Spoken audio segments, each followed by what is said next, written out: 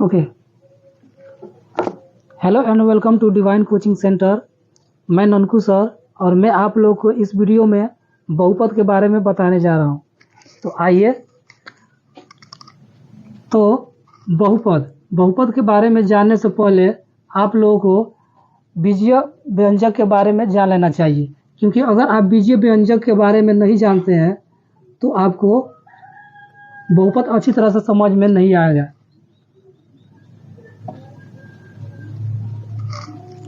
ठीक है, तो क्योंकि बीजीय व्यंजक पर ही बहुपद निर्भर रहता है और बीजीय व्यंजक को अगर आप आज अच्छी तरह से जानना चाहते हैं तो इससे पहले आप लोगों को राशि के बारे में जान लेना चाहिए कि राशि किसे कहते हैं, है ना, और राशि कितने प्रकार की होती है। क्योंकि राशियों के मिलने से बीजीय व्यंजक बनता है और बीजीय व्यंजक के मिलने से बहुपद बनता है। तो आइए हम लोग राशि के बारे में जानने की कोशिश करते हैं। तो राशि दो तरह की होती है, एक होता है चर राशि और दूसरा होता है अचर राशि।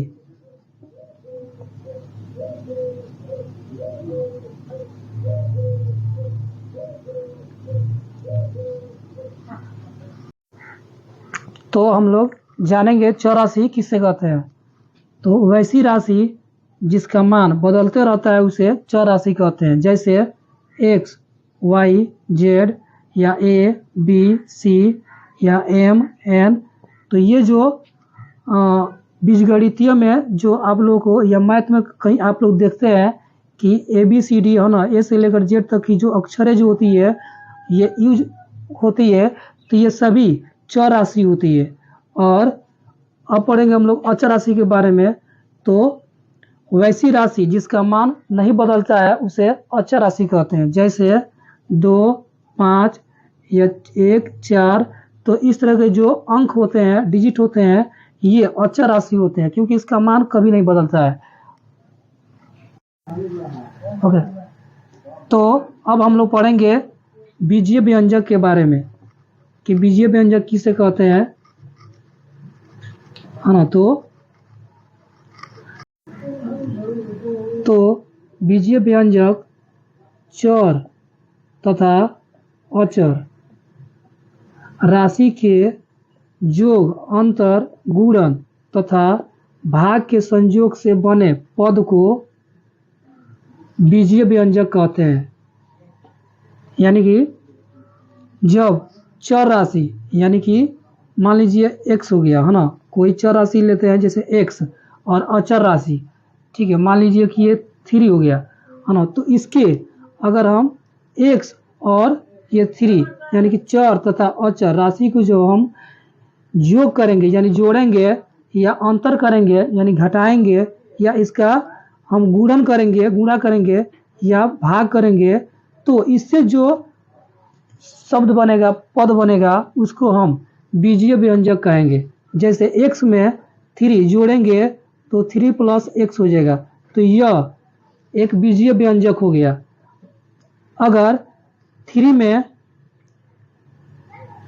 x घटाएंगे तो 3 - x हो गया, तो यह एक जो पद बन गया है ये बीजीय व्यंजक हो गया, है ना। या अगर हम इन दोनों पदों को, चाहे ये चर राशि हो या अचर राशि, अगर इसको हम जब गुणा करेंगे तो 3x हो जाएगा, तो ये क्या हो गया, ये भी एक बीजीय व्यंजक है, ठीक है।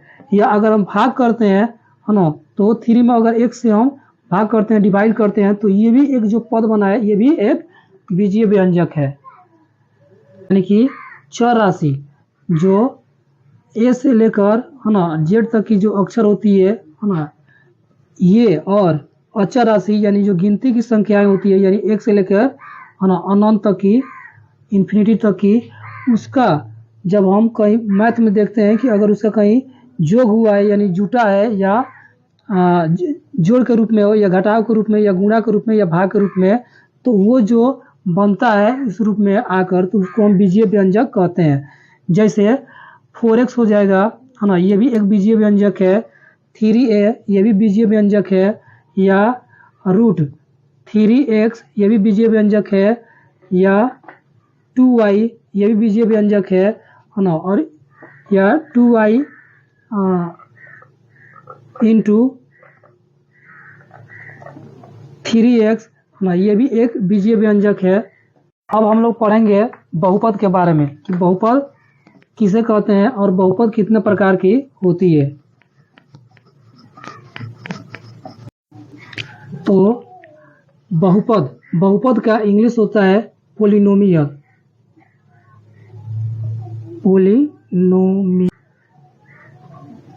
पोली मीन्स होता है मेनी मीन्स बहुत, और नोमियल मीन्स होता है टर्म यानी पद। तो पोलिनोमियल का अर्थ होता है यानी एक से ज्यादा पद, यानी बहुपद, यानी एक से ज्यादा पद। पोलिनोमियल का अर्थ होता है बहुपद।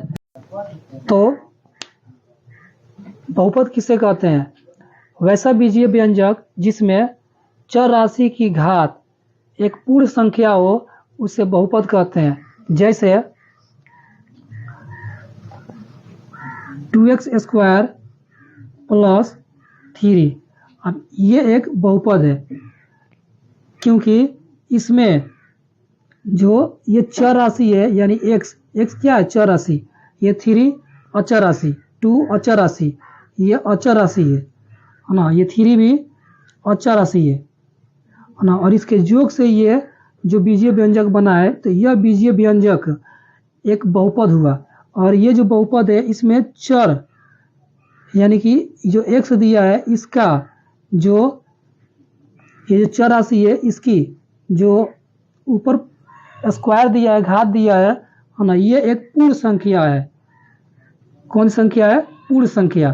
तो वैसा बीजीय व्यंजक जिसमें चर राशि की घात एक पूर्ण संख्या हो तो वह बीजीय व्यंजक बहुपद कहलाएगा।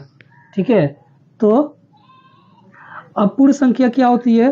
तो पूर्ण संख्या 0 से स्टार्ट होती है और 1 0 1 2 3 4 डैश इन्फिनिटी। यानी कि अगर कोई भी बीजीय व्यंजक दिया है ना, उसमें चर राशि की जो घात होती है वो अगर 0 हो या 1 हो या 2 हो या 3 हो, इन्फिनिटी तक हो, तो इसमें से कोई भी संख्या हो, इस पैटर्न से कोई भी संख्या हो तो वो जो बीजीय व्यंजक होगा ये बहुपद होगा, यानी बहुपद कहलाएगा। और सभी बीजीय व्यंजक बहुपद नहीं होता है, ये हमेशा याद रखना चाहिए। हाँ, हमेशा याद रखना कि सभी बीजीय व्यंजक बहुपद नहीं होता है। क्योंकि अगर मान लीजिए कोई बीजीय व्यंजक दिया है 2y के पावर -3 प्लस 4, तो ये बहुपद नहीं होगा। क्यों? क्योंकि इसमें जो चर राशि है यानी y है, जो चर राशि है इसकी जो घात है ये -3 दिया है, तो इसके पावर में -3 दिया है, घात -3 दिया है, और -3 ये पूर्ण संख्या नहीं होता है ना। क्योंकि आप इसमें देख सकते हैं पूर्ण संख्या जो होती है वो 0 से स्टार्ट होती है और अनंत तक जाती है। तो ये माइनस वाली ना जो संख्याएं होती है वो पूर्ण संख्या नहीं होती है, वो पूर्णांक संख्या में चला जाता है ना। तो ये इसलिए ये जो बीजीय व्यंजक है ना, ये बहुपद नहीं है। तो अगर माइनस में दिया हो है ना, या भिन्न में अगर कोई दिया हो है ना, भिन्न के रूप में हो, तो वो भी बीजीय व्यंजक जो है वो बहुपद नहीं कहलाएगा। ठीक है।